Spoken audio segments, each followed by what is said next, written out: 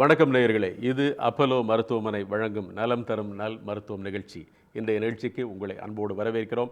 இன்றைய நிகழ்ச்சியில் 2 சிறப்பு மருத்துவர்கள் நம்மோடு இணைந்திருக்கிறார்கள். மருத்துவர் ஜலானி மற்றும் மருத்துவர் ரூபேஷ் அவர்கள். வணக்கம் டாக்டர். வணக்கம் டாக்டர்.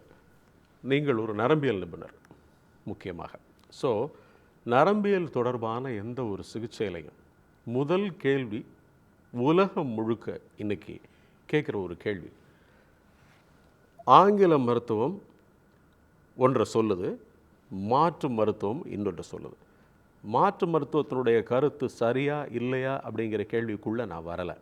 மாற்று மருத்துவம் என்ன சொல்லுது? பெரும்பாலும் மெடிக்கல்லி நரம்பு தளர்ச்சி அப்படின்னு ஒரு வார்த்தையை சொல்கிறேன். ஜம்பாஸ் தான் நரம்பு தளர்ச்சி, 70 வயசு ஆயிடுச்சு, கை நடுங்குதா நரம்பு தளர்ச்சி, கால் நடுங்குதா நரம்பு தளர்ச்சி. நரம்பு தளர்ச்சிக்கு மாத்திரை கொடுக்குறதுங்கிறது ஒரு சிஸ்டம் ஆயிடுச்சு. இங்கிலீஷ் டாக்டர்ஸ், ஆங்கில மருத்துவர்கள், நரம்புக்கு தளர்ச்சியெல்லாம் ஒன்றும் கிடையவே கிடையாது, யார் சொன்னா உங்களுக்கு அப்படின்னு கேட்குறாங்க. ஸோ நான் முதல்ல இந்த கேள்விக்கு வந்துடுறேன். நரம்பு தளர்ச்சின்னு ஒன்று இருக்கா இல்லையா சொல்லுங்கள். நீங்கள் சொன்னது ரொம்ப கரெக்ட். எல்லா சிம்டம்ஸுமே அவங்களுக்கு நரம்பு தளர்ச்சி தான். நரம்பு வீக்னஸ்னாலும் சரி, நடுக்குனாலும் சரி, எல்லாமே. ஸோ அவங்களுக்கு சிம்டம்ஸ் நரம்புனா தளர்ச்சி அப்படிங்கிறது. அப்போ ஃபிட்ஸ்னா கூட அது நரம்பு தளர்ச்சி அப்படின்னு தான் சொல்லுவாங்க. ஸோ அது ஒரு காமன் வேர்ட். இப்போ தலைவலிங்கிற நரம்புக்கு உள்ள நரம்பு தளர்ச்சி. நம்ம தான் அது ஹிஸ்ட்ரி, அவங்களுடைய ஹிஸ்ட்ரி கேட்டு உங்களுக்கு ரியல் என்ன ப்ராப்ளங்கிறத டயக்னோஸ் பண்ணி கடைசி சொன்னால் கூட அவங்க போய் வெளியில் நரம்பு தளர்ச்சி தான் டாக்டர் பார்த்தேன் அப்படின்னு அவங்க சொல்லுவாங்க. அது மக்கள் மனசில் அந்த மாதிரி ஒரு சிம்டம் ரொம்ப ஊறிடுச்சு. ஓகே, சரி. ஆனால் உண்மையிலே நரம்பு தளர்ச்சி அப்படின்னு ஒரு விஷயம் இல்லை இல்லையா டாக்டர்? அது ஜஸ்ட் ஒரு காமன் வேர்டு, அவங்களுக்கு உள்ள யூஸ் பண்ணுற ஒரு காமன் வேர்டு. அப்படி மாதிரி அதுக்கு ஈக்குவலண்ட்டாக இங்கிலீஷ் மருத்துவத்தில் அந்த மாதிரி ஒரு வேர்டு கிடையாது. சரி, அப்போ இந்த சிம்டம்ஸ் அப்படின்னு சொல்கிறதுல வந்து பார்த்தீங்கன்னா ஏஜ் டேக்கிங் ஃபேக்டர். ஒரு 70 வயதுக்கு மேலே உள்ள ஒருத்தருக்கு கை கால்கள் நடுக்கம், அல்லது அவர் வந்து ஒரு கிளாஸை பிடிக்கும் பொழுது இப்படி இருக்கிறது, சம் பர்சன் சொல்கிறது, இதெல்லாம் வந்து காமனான ஒரு விஷயம். இதுவும் நரம்பு தளர்ச்சின்னு தான் சொல்லப்படுது. அதே சமயத்தில் இது 35 வயதுக்காரர் ஒருத்தருக்கு இருந்தாலும் நரம்பு தளர்ச்சின்னு சொல்லப்படுது. அப்போ இது ரெண்டும் அவர் இருக்கக்கூடிய வேறு உடல் பிரச்சனைகளால் ஏற்படுற ஒரு விஷயம்னு எடுத்துக்கலாமா, அல்லது உண்மையிலேயே இதை வந்து நம்ம இந்த சிம்டத்துக்கு வேறு ஏதாவது ஒரு பேர் இருக்கு? ஜென்ரலாக பொதுவாக பார்த்தீங்கன்னா நரம்பியல் பிரச்சனைகள் வந்து ஒரு 6 வகையாக பிரிக்கலாம். அதில் வந்து ஒன்று நீங்கள் சொல்கிற மாதிரி வயது முதியோர்களுக்கு உடைய நரம்பு வீக், அதாவது இப்போ எலும்பு தேய்மானம்னு சொல்கிறோம் இல்லையா, அதே மாதிரி அந்த டீஜெனரேஷன். ஓகே, அது வந்து காமன் குரூப், அது வந்து வயசானவங்களுக்கு வருது. சரி, நான் எப்படி புரிஞ்சுக்கிறேன்னா, அதாவது எலும்புல தேய்மானம் இருக்கிறது மாதிரி நரம்புலையும் தேய்மானம் இருக்குன்னு சொல்லலாம். சரி, திஸ் கால்ட் தி டீஜெனரேட்டிவ், அது இங்கிலீஷ்ல சொல்றோம். ஓகே. இன்னொரு குரூப் பார்த்தீங்கன்னா இன்ஃபெக்ஷன், தொற்று வியாதி. அது நரம்பியல் மண்டலத்தை பாதிக்கலாம் டெஃபினட்டாக. அது வைரஸாக இருக்கலாம், பாக்டீரியாவாக இருக்கலாம், ஃபங்கஸ், அந்த மாதிரி இன்ஃபெக்ஷன் குரூப்னு ஒன்று இருக்குது. ஓகே. மூணாவது வகை வந்து இன்ஃப்ளமேஷன். இன்ஃப்ளமேஷன் அப்படின்னா இப்போது மூட்டுவாதம்னு சொல்லுவாங்க இல்லையா, அந்த மாதிரி. இப்போ சோரியாசிஸ், அதே மாதிரி பிரச்சனைகள் நரம்பியல் மண்டலத்தை. இந்த மூன்றாவது கேட்கறதுக்கு முன்னால் எனக்கு இரண்டாவதுல ஒரு கேள்வி இருக்குது டாக்டர். அதாவது என்னென்னா, ஒரு இன்ஃபெக்ஷன் அப்படிங்கிற ஒரு விஷயம் ஒருத்தருடைய நரம்பு மண்டலத்தையோ அல்லது நரம்பு சார்ந்த விஷயங்களையோ பாதிக்குது அப்படின்னு எடுத்துக்கிட்டோம்னா, இன்ஃபெக்ஷன் அப்படிங்கிறதுல பல விஷயங்கள் இருக்குது. ஒன்று, ஒரு குறிப்பிட்ட காலகட்டத்தில் வந்துட்டு போயிடுறது. ஒன்று, வாழ்நாள் புறம் இருக்கிறது. ஆனால் வாழ்நாள் புறம் இருக்கக்கூடிய இன்ஃபெக்ஷன் அப்படிங்கிறது இப்போ கிடையாதுன்னு சொல்லலாம், அல்லது வெரி வெரி ரேர். நம்ம அது ஒரு பக்கம் ஒதுக்கி வச்சுருவோம். அப்போ ஒரு குறிப்பிட்ட காலத்துக்குள்ளே வரக்கூடிய ஒரு இன்ஃபெக்ஷன் அப்படிங்கிறது நரம்பு மண்டலத்தை பாதிக்குது அப்படின்னா, அந்த பாதிப்பும் அந்த குறிப்பிட்ட காலத்தில் மறுபடியும் அது சரியாயிடணுமே தவிர, ஆனால் அந்த இன்ஃபெக்ஷன் சரியாயிடுச்சு, இந்த பாதிப்பு சரியாகலைன்னு எப்படி சொல்கிறீங்க டாக்டர்? எஸ், அது சீக்குவலே, அதுதான் நீங்கள் சொல்கிறது. இப்போது எக்ஸாம்பிள், குழந்தைங்களுக்கு வரக்கூடிய ஒரு என்கஃபலைட்டிஸ் அப்படிங்கிற ஒரு வியாதி, சின்ன குழந்தைங்களுக்கு, பிறந்த குழந்தைங்களுக்கு வைரல் என்கஃபலைட்டிஸ், அது பாதிப்பு ஒரு 3 வாரம் தான். ஆனால் அந்த பாதிப்போடைய பிரதிபலிப்பு வாழ்நாள் ஃபுல்லாக இருக்கலாம், எஸ்பெஷலி வைரல் டிசீஸஸ்க்கு. அந்த மாதிரி சம்டைம்ஸ் இப்போ பாக்டீரியா, டிபிங்கிறது ரொம்ப காமன், லங்ஸில் வருது. அதே இது பிரெயினை பாதிச்சதுன்னா அந்த இன்ஃபெக்ஷன் நம்ம கிளியர் பண்ணிடுறோம். பட் அது ஏற்படுத்தக்கூடிய தாக்கம், இப்போ ஒரு கண் பார்வை போயிடுச்சுன்னா திரும்ப வராது. நரம்புக்கும் மற்ற உறுப்புக்கும் மேஜர் டிஃப்ரென்ஸே அதுதான்.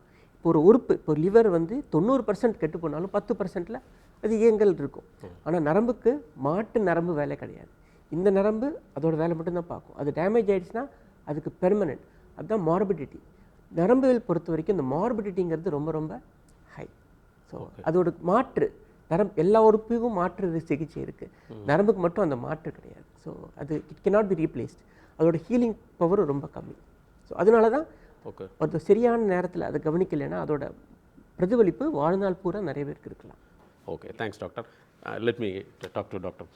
Doctor, I heard that the first thing about the Proton Cancer Center, Apollo Proton Cancer Center, the first time in the whole of Southeast Asia, I believe, it's very rare to call a center with the name of the treatment. Yes. Usually they put, okay, cancer center, this cancer center, that cancer center. Yes. But it's very rare, Apollo Proton Cancer Center. So something specific on proton. You are very observant. I'm very glad you asked this question. So obviously proton is one of the most sophisticated form of cancer treatment, Okay. which has evolved in the last few years. It's not the only treatment, of course. You have to still have surgery, you have to have chemotherapy, you have to have other treatments, but in particular 60 to 70% of cancer patients need radiation therapy, which is very, Yeah. very important. And proton is the finest form of radiation you can give. Per se, the technology has been there for many years, but it was a massive investment. There were a lot of technological challenges. In the last 5, 10, 20, 15 years, there has been a tremendous amount of revolution in the way we deliver. The basic fundamental principle is that the normal radiation, when we shine it through the machine, it hits the tumor, but always little bit dose goes outside. Proton is a positive charged particle. It's made in a It cyclotron. will point out to the right place. It will just go there and stop. There is no exit dose. Okay. So the normal radiation is like this, little bit like this. This will be like that, and that's it. So the technique is that you, all our doctors and physicists, we deliver the radiation to the tumor in that site in different phases, that there is no exit dose. So the advantage is you can give a very good dose to the tumor. In Tamil we especially- can say, எங்கு தேவையோ தேவையான இடம் மட்டுமோ எந்த இடத்தில் where the treatment is needed, only it is applicable. over Perfect. there. Exactly. Yes. Okay, doctor. For the past 5 years, if you see, there are so many centers, so many type of treatments called in cancer. Cancer center and then the robotic cancer center and like that, so many things. Then why we need proton now? So as I said, in different sites, there is a continuous evolution. So we have realized in childhood cancers, in the skull-based cancers, in the tumors which are close to very critical structures where operation not possible or not fully removed, in lung cancer, in left-sided breast cancer where we have to spare the heart, in liver cancers, and in growing children and adolescents who have a long survival. As you know, now many cancers are curable. So as I say, it is not only the cure, but it is the quality of cure. So in order that there is absolutely no side effect to the surrounding structures, and also in those places where the normal treatment cannot go, as you rightly said, therefore this proton is needed. We, our chairman, everyone purposefully kept the proton name because this is a unique opportunity and matter of pride for the country, because people used to go abroad otherwise for this sophisticated technology. And we have not only the investment, but also the expertise, the ecosystem, the ethos, the culture of the hospital is in a very state-of-the-art advance as you see in anywhere in the world, and revolving around the proton, which is one of the major treatments, but also it has other advanced cancer center. It has a medical oncology suite, it is a state-of-the-art daycare, surgical theater, palliative care, nursing, whatever you need for the cancer care. So this was a projection for the country to project that we have arrived. We also have this kind of treatment facility for the benefit of our patients. Apollo மருத்துவமனை வழங்கும் நலம் தரும் நல் மருத்துவம் நிகழ்ச்சியில் doctor ஜலாலி மற்றும் ரூபேஷ் அவங்களோட பேசிக்கிட்டு இருக்கோம். கேன்சர் ட்ரீட்மெண்ட்டில் உலகத்தில் இப்படிப்பட்ட விஷயங்கள்லாம் நம்ம ஊரில் கூட இருக்கா அப்படின்னு சொல்லக்கூடிய அளவுக்கு நிறைய தகவல்கள் நம்மளோட அவங்க பகிர்ந்துக்கிட்டு இருக்காங்க. இன்னும் தொடர்ந்து பேசுவோம் விளம்பர இடைவேளைக்கு பிறகு. குழந்தைகளுக்கு அப்படின்னு எடுத்துக்கிட்டோம்னா ஏற்படக்கூடிய இன்றைக்கி இருக்கக்கூடிய சவால்கள் அல்லது சிக்கல்கள் நிறைந்த நரம்பியல் தொடர்பான பிரச்சனை எதை கருதுறீங்க நீங்கள்? காமனாக மிட்லைன் போஸ்டீரியர் ஃபோர்ஸ்னு சொல்லுவோம். அதில் பிரச்சனையே வந்து வாமிட்டிங் மட்டும்தான் இருக்கும், வேறு எந்த பிரச்சனையும் இருக்காது. மற்றபடி குழந்தைங்க ஆக்டிவாக ஸ்கூலுக்கு போக நல்லா படிப்பாங்க, அந்த வாமிட்டிங் மட்டும் தொடர்ந்து இருந்துகிட்டே இருக்கும். அப்போலோ மருத்துவமனை வழங்கும் நலம் தரும் நல் மருத்துவம் நிகழ்ச்சி தொடர்கிறது. டாக்டர் ஜலாலி மற்றும் ரூபேஷ் அவங்களோட பேசிக்கிட்டு இருக்கோம். பேசுகிறதுக்கு இன்னும் நிறைய விஷயங்கள் இருக்குது, தொடர்ந்து பேசலாம். எனக்கு உங்கள்கிட்ட ஒரு கேள்வி டாக்டர். நான் உங்களுடைய சிவியை பார்த்ததில் ஸ்பெஷலைஸ்ட் முக்கியமான ஒரு விஷயம் குழந்தைகளுக்கான நரம்பியல் சிகிச்சை அப்படிங்கிற ஒரு விஷயத்தை பார்த்தேன். குழந்தைகளுக்கு அப்படின்னு எடுத்துக்கிட்டோம்னா ஏற்படக்கூடிய இன்னைக்கு இருக்கக்கூடிய சவால்கள் அல்லது சிக்கல்கள் நிறைந்த நரம்பியல் தொடர்பான பிரச்சனை எதை கருதுறீங்க நீங்கள்? யா ரொம்ப காமனாக பேரப் கொஸ்டின்ஸ். ஜென்ரலாக பார்த்தீங்கன்னா இப்போ குழந்தைங்க வந்து வாமிட் எடுப்பாங்க. பேரண்ட்ஸ் என்ன நினைப்பாங்க, குழந்தைங்க வாமிட் சாப்பாடு ஜீரணம் ஆகலை சரியா அப்படின்னு தான் நினைப்பாங்க. ஸோ தொடர்ந்து ஒரு வாரத்தில் ஒரு 10 நாளைக்கு தொடர்ந்து வாந்தி எடுத்துகிட்டே இருந்தாங்கன்னா 10 நாள் கழிச்சு யோசிப்பாங்க, ஓகே நம்ம எல்லா சாப்பாடும் கொடுத்து பார்த்துட்டோம், ஏதோ சாப்பாடு இல்லைன்னு அப்புறம் தான் டாக்டர்கிட்ட. ஸோ காமன் பீடியாட்ரிஷியன் அந்த மாதிரி குழந்தைகிட்ட போகும்போதும் ஃபஸ்ட்டு எல்லாமே டயக்னோஸ் பண்ணுறது குடல் சம்மந்தப்பட்ட பிரச்சனை, பூச்சி இருக்கலாம், வயத்தில் புண்ணு இருக்கலாம், அதே ட்ரீட்மெண்ட்டில் போயிட்டுருக்கும். நான் நிறைய பார்த்துருக்கேன். கடைசியில் பார்த்தாங்கன்னா அது பிரெயினில் ஒரு டியூமர், அந்த காமனாக மிட்லைன் போஸ்டீரியர் ஃபோசான்னு சொல்லுவோம். அதில் பிரச்சனையே வந்து வாமிட்டிங் மட்டும்தான் இருக்கும், வேறு எந்த பிரச்சனையுமே இருக்காது. மற்றபடி குழந்தைங்க ஆக்டிவாக ஸ்கூலுக்கு போக நல்லா படிப்பாங்க, அந்த வாமிட்டிங் மட்டும் தொடர்ந்து இருந்துகிட்டே இருக்கும். ஸோ எல்லாம் டெஸ்ட் பண்ணி எண்டோஸ்கோப்பி போட்டு ஸ்கேன் பயத்தில் பண்ணிட்டு பார்த்து கடைசியில் தான் கண்டுபிடிப்பாங்க தலையில் பிரச்சனை இருக்கிறதுனால தான். அந்த மாதிரி நிறைய அந்த மாதிரி காமனாக பார்ப்போம். ஸோ கடைசியில் அட்வான்ஸ் ஸ்டேஜில் வருவாங்க அந்த மாதிரி டியூமரோட வருது. அதுதான் காமனஸ்ட் பிரச்சனை, மிஸ் பண்ணுறது. ஸோ வாமிட்டிங் அப்படிங்கிறத நம்ம குடலில் மட்டுமே பார்க்கக்கூடாது. அது வந்து அந்த பிரெயினில் அந்த வாமிட்டிங் சென்டரில் இருக்கக்கூடிய கட்டி தான் காமனஸ்ட் டியூமர். அதுதான் இப்போ குழந்தைங்களுக்கு பார்த்தீங்கன்னா அந்த மிட்லைன் போஸ்டீரியர் ஃபோசா டியூமர் தான் ரொம்ப காமனாக வருது. அது வந்து வாமிட்டிங்கில் மட்டும்தான் நம்ம பிரதிபலிக்கும். எந்த ஏஜ் குரூப்பில் இது? எந்தில் 3 வயசுலேருந்து 12 வயசு வரைக்கும். சில குழந்தைங்களுக்கு சொல்ல தெரியும், எஸ்பெஷலி இந்த 3 வயசுலேருந்து 6 வயசு தான் காமனாக மிஸ் பண்ணுறது. சொல்ல தெரியாது அவங்களுக்கு. வாமிட் ஒன்லி அந்த நட கொஞ்சம் மாறும்போது கொஞ்சம் டவுட் பண்ணுவாங்க, ஏன் சரியாக நடக்க மாட்டேங்கிறாங்க, கொஞ்சம் தள்ளாடுறாங்க, அப்புறம் தான் நரம்பியல் பிரச்சனையாக இருக்கலாமோ அப்படின்னு. ஸோ அட்வான்ஸ்டு டயக்னோசிஸே லேட்டாக வருவாங்க. ரெண்டாவது காமன் நீங்கள் கேட்டதுனால சொல்கிறேன், குழந்தைங்க ஜென்ரலாக விளையாடும்போது அடிக்கடி தடுக்கி விழுவாங்க. பசங்க விளையாடுறாங்க தடுக்கி விழுறாங்கன்னு நம்ம நினைப்போம், ஆனால் ஸ்பைனில் இருக்கக்கூடிய சில பிரச்சனைகள் அது வந்து இந்த மாதிரி தடுக்கி விழுறது தான் காமனாக இருக்கும். ஃப்ரீக்வெண்ட் ஃபாலிங், அந்த டெதர்ட் கார்டு அப்படிங்கிற சிம்டம் சொல்லுவோம். பசங்க ஒன்லி அந்த சிம்டம்ஸ் மட்டும்தான் இருக்கும். பேரண்ட்ஸ் அதை கடைசி ரொம்ப டிலேடாக வருவாங்க. யூரின் லீக் ஆக ஆரம்பிக்கும் போது தான் இது பிரச்சனை வந்து நிறைய இருக்குன்னா அப்படின்னு சொல்லி கூட்டிகிட்டு வருவாங்க. ஸோ நீங்கள் சொல்கிறத நான் இப்படி எடுத்துக்கிறேன் டாக்டர். 1 2 3 4 ஒரு 5 வச்சுப்போம். What all the symptoms, important symptoms. இந்த 5 சிம்டம்ஸ் இருந்ததுன்னா குழந்தைக்கு நம்ம உடனடியாக நரம்பியல் தொடர்பான பிரச்சனை இருக்குன்னு நம்ம சந்தேகப்பட்டு டாக்டர்கிட்ட கூட்டிகிட்டு போகணும் அப்படின்னு வச்சுக்கலாம். 1, நீங்கள் வாமிட்டிங் ஏற்கனவே சொல்லிட்டீங்க, நடக்கும்போது சொல்லிட்டீங்க, குழந்தை கீழே விழுகிறத சொல்லிட்டீங்க.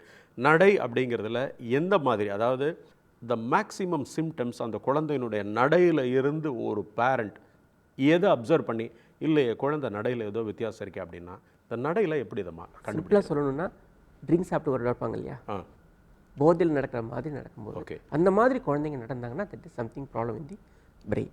ஓகே, சரி. இப்போ 3 சொல்லிட்டீங்க, அடுத்தது 5ன்னு வச்சுக்கிட்டோம்னா மிச்சம் 2. 3வது சொல்லிட்டீங்க, கண் பார்வை ரொம்ப ரொம்ப முக்கியம். இப்போ சில டியூமர்ஸ் குழந்தைங்களுக்கு பார்த்தீங்கன்னா மிட்லைன் நடுத்தில் டியூமர்ஸ் நிறைய காமன். அப்போ இந்த நான் பின்னாடி மிட்லைனில் வர்றது தான் அந்த வாமிட்டிங் சொன்னேன். ஃப்ரண்ட்டில் வரக்கூடிய மிட்லைன் வந்து கண் நரம்பை பாதிக்கும். குழந்தைங்களுக்கு கடைசி வரைக்கும் தெரியாது அந்த கண்ணு பிரச்சனை தான் அப்படிங்கிறது. எல்லாம் பார்ப்பாங்க, நோட்ஸ் எழுதும்போதும் கூட கிட்ட கிட்ட வச்சு எழுதுவாங்க. அந்த மாதிரி ஒரு சேஞ்ச் இருந்துச்சு. இப்போ மற்ற பசங்க போர்டை பார்த்து எழுதுறாங்க, பையன் மட்டும் பக்கத்தில் நோட்டை பார்த்து எழுதுறாங்கிறத சிம்டம்ஸ் வந்து காமனாக பசங்க பேரண்ட்ஸ் மிஸ் பண்ணிடுவாங்க.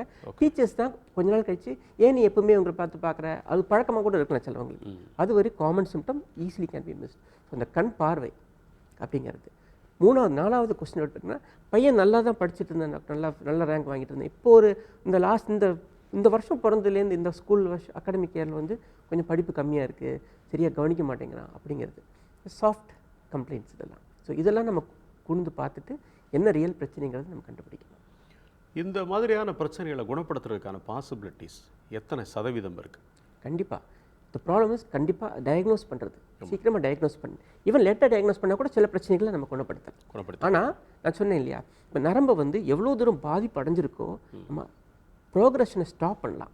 அதோட க்யூர் பண்ணுறதுங்கிறது ஸோ அதனால தான் சீக்கிரமாக வர. ஸோ இந்த ட்ரீட்மெண்ட்டை நீங்கள் 2 விதமாக பிரிச்சுக்கிறீங்க. ஒன்று, ஃபர்தராக டெவலப் ஆகாமல் முதல்ல அதை தடுக்கிறது, ஒரு தடை போடுறது. அதுக்கப்புறம் ஏற்கனவே ஆன பிரச்சனையை மறுபடியும் எந்த அளவுக்கு சரி பண்ண முடியுமோ அதில் இறங்குறது. அப்படி தான் எடுத்துப்பீங்க கண்டிப்பாக. 2 விதம் எடுப்பேன். மூளையில் இருக்கக்கூடிய கட்டி, கேன்சரில் இப்போ வந்திருக்கக்கூடிய லேட்டஸ்ட் ட்ரீட்மெண்ட்ஸ், இப்படி பல விஷயங்களை பற்றி நம்ம பேசிக்கிட்டு இருக்கோம். சில தகவல்கள் நமக்கே நம்ம ஊரில் இதெல்லாம் இருக்கா அப்படிங்கிற அளவுக்கு ஆச்சரியமாக இருக்குது. பேசுறதுக்கு இன்னும் நிறைய இருக்குது. இடைவேளைக்கு பிறகு தொடரலாம். இது அப்போலோ மருத்துவமனை வழங்கும் நலம் தரும் நல் மருத்துவம். ஒரு 5 years பிஃபோர் 70 வயசில் ஒருத்தருக்கு கை நடுக்கமோ கால் நடுக்கமோ அல்லது ஒரு டம்ளரை பிடிக்கும் பொழுது தடுமாற்றம் வந்தது, அது இப்போ 45 வயசில் 40 வயசில் வந்துடுச்சு. ஸோ அந்த லைஃப் ஸ்டைல் மாடிஃபிகேஷன்றது மெயினாக ஸ்பைன் ரிலேட்டட். ஏன்னா ஸ்பைன் வந்து நரம்பை பாதிக்கும். ஏன்னா ஸ்பைனுக்குள்ளே தான் இந்த நரம்பியல்லாம் வருது. ஸோ என்ன ஸ்பைன் தேய்மானம் ஆனாலும் அது பிரச்சனை வந்து நரம்பை தான் பாதிக்கும். அப்பல்லோ மருத்துவமனை வழங்கும் நலம் தரும் நல் மருத்துவம் நிகழ்ச்சி தொடர்கிறது. Missionaries, if you see everywhere, even all over the world, is available. The question mark on investing these kind of clinics and giving a service to the patient is an expertise. It's a skill of a doctor, where it's like everywhere. So that's why you can say that all over Asia, only we have an Apollo hospitals. So I would like to know first from you that what is your expertise and where you got it from there? So I am a radiation oncologist by training. Okay. But for the last 25 years, I have devoted myself in the neuro-oncology field. Okay. Which is dedicated for the brain tumors. Okay. So after returning from England, I was in Tata Memorial in Mumbai for many, many years. Okay. I also started the Indian Society of Neuro-Oncology, which is I was the founder and the secretary and then president. Dr. Rupesh was also is a part of our member.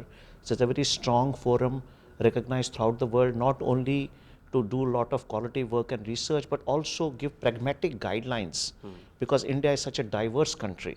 So you have high-end resources, you have middle-end resources, low-end resources. So we made a lot of guidelines in ISNO, the Indian Society of Neuro-Oncology, how to harmonize the treatment at each tier. Finally, for the last almost 20 years, I run the Brain Tumor Foundation of India, which is a dedicated charity for the welfare of people for brain tumor throughout the country, where we subsidize their treatment, we do research, we help them. It is based in Mumbai. Now I'm associated with Apollo, but the foundation is still there. We are trying to make something new in Apollo Cancer Foundation also. So that is the kind of background. But expertise also is in high precision radiation therapy, and also I'm very passionate not only in the cure, but how well the cancer patients live after the treatment. Okay. Whether they are integrated into the society, whether they can talk like you and I, whether they can enjoy a TV show, whether they should be treated as any individual in the society. And that is our mission and goal. So therefore the high-end expertise, the people, the ethos, the bringing up together, and I'm very grateful to Sun and all the media that who have helped, because this information has to go around, that not one person can treat a brain tumor or a cancer. It is the good balance and art between the infrastructure, but also the expertise that you bring, and ultimately the compassionate care. So all the three things that you do, you can do fantastic things in the world. We always have two things when this kind of treatment comes first. Number one is, what is the side effects compared with other treatments, like earlier ones which is available with us, like robotic or whatever it may be. This is number one. Number two is, usually the other treatments, if I need to stay at the hospital for a month, but in this one, how long I'm going to stay? So that differs. That differs, and give me a confidence that, okay, instead of 1 month, I'm going to stay there for 10 days means, oh, this treatment is very good. So 20 days reduced already. So it's like that. So doctor, can you please explain to me on this, just to give me a confidence? So both are very good questions and which are very pertinent in clinical practice. So as was mentioned by Dr. Rupesh and myself, proton therapy at the moment in any form of radiation, whether it is cyber knife, gamma knife, especially in difficult sites where the radiation cannot reach, we just discussed that, has the least amount of side effects. That is why it is in the Western world, literally you close your eyes, you have to give proton for any child, and also in adolescents up to 29 to 39 years of age, if they want radiation therapy or if they need radiation therapy for cure of the tumor. Proton therapy is emerging as one of the finest treatment because there is no side effect. So because there is no side effect, your quality of life is better, and you are also able to deliver what is called tumoricidal dose, which is needed to annihilate the tumor. And second question is a very good question, because we always want to reduce the time such that the patients can go back and they don't have to stay. Because it is so precise, and because the side effects to the surrounding structures are very low, not in all cases though, because sometimes you do have to give 6-7 weeks of treatment, you can reduce the treatment by significant amount of time. In left-sided breast cancer, for example, we don't give them 5-6 treatment. In 3 weeks, the treatment is over. In prostate cancer, some of the sites you can finish the treatment in 1 week or 2 weeks. In some very difficult liver cancers, we have collaboration with other centers in the country, including in Chennai. We can finish the treatment in 1 or 2 weeks so that it is very convenient for the patients. So நான் எப்படி புரிஞ்சுக்கிறேன்னா doctor, நீங்கள் சொல்கிறது இதற்கு முன்னால் இருக்கக்கூடிய ரோபோட்டிக்லேருந்து எல்லா advanced மெத்தடோட compare பண்ணும் பொழுது சைடு எஃபெக்ட் அப்படிங்கிறது ஒரு குழந்தைக்கு கூட தைரியமாக கொடுக்கலாம், ஒன்றும் பண்ணாது. இது ஒன்று. இரண்டாவதாக ஹாஸ்பிட்டலில் தங்கக்கூடிய நாட்கள் மிக குறைவு. இது ரெண்டும் வந்து ஒரு மிகப்பெரிய அட்வான்டேஜ் ப்ரோட்டானில் அப்படிங்கிறது எனக்கு புரிஞ்சது. That's good doctor. Then I'm coming to the point with you doctor.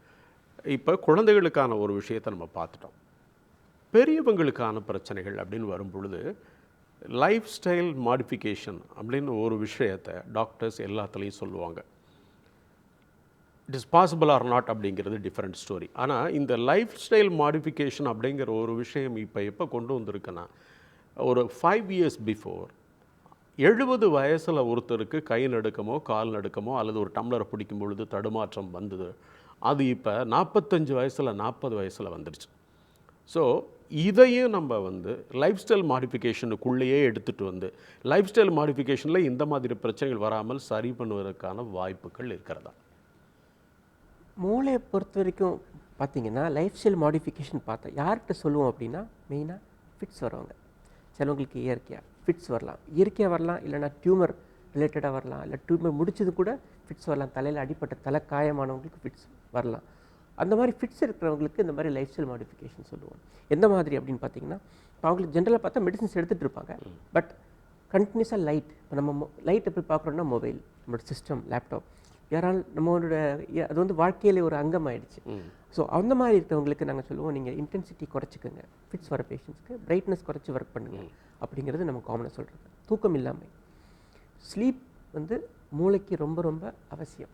மூளை வந்து ரெஸ்ட் எடுக்கிறது தான் அந்த ஸ்லீப்பிங்கில் தான். தூக்கம் குறைபாடு இருக்கிறவங்களுக்கு நிறைய பிரச்சனைகள் வரலாம். அது ஸ்ட்ரெஸ்னால ஹார்ட் அந்த மாதிரி ஃபிட்ஸ் வரவங்களுக்கு நல்லா தூக்கம் இருக்கணும்னு சொல்லுவோம். தூக்கம் இல்லாமல் இப்போ 6 hours ஜென்ரலாக ஒரு அடல்ட் தூங்குறாங்கன்னா அப்போ 4 மணி நேரம்னா அவங்களுக்கு அன்னைக்கு டேயில் ஃபிட்ஸுக்கு வரத்துக்கான வாய்ப்பு நிறைய இருக்குது. ஸோ ஜென்ரலாக இந்த மாதிரி விஷயங்கள் மூளையை பொறுத்த வரைக்கும்.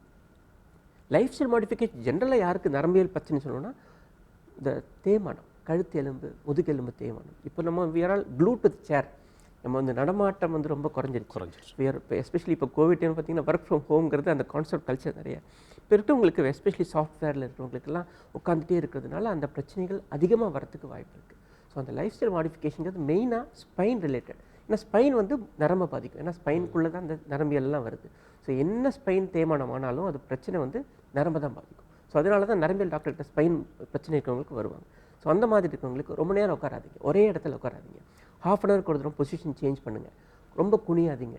கழுத்து இந்த பார்த்தீங்கன்னா இப்போ பசங்கள்லாம் கூட சின்ன வயசில் முன்னாடிலாம் கழுத்து தேய்மானங்கிறது நம்ம வந்து ஒரு 50 வயசில் பார்ப்போம். இப்போ குழந்தைங்க எல்லாமே வந்து குழந்தையே படிக்கும்போது, இப்போ காலேஜ் போகும்போதே இந்த கழுத்து வலியோடு தான் வராங்க. இப்போ இந்த சிம்டம்ஸ் ரொம்ப காமனாக வருது. ஸோ அந்த மாதிரி அவங்க ஆடியோ, அதனால இவங்க மாதிரி எங்களுக்கு ஸோ பி ஆக்டிவ், ரொம்ப கழுத்து குனியாதீங்க.